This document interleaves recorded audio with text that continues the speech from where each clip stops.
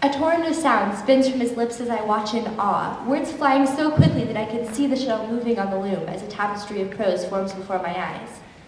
If I were to ever recite any poem, novel, or work that rapidly, it would simply be textual vomit, hanging sickly in the air.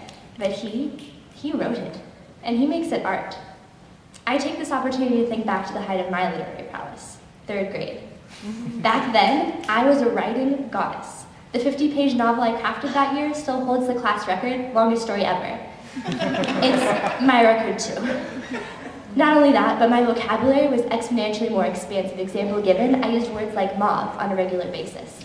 I remember how poems would form themselves in my head as my 8-year-old self walked home from the bus, but I digress. Suffice to say that those were my good years. In 4th grade, I was reading the high school level, and in high school I had stopped reading. My spelling declined too. What's the point of knowing how to spell deteriorate when the computer can spell it for you? And honestly, I don't even know what the word mauve means anymore. After all, when you're the only one using obscure adjectives and reading 10 years beyond your level, no one understands you.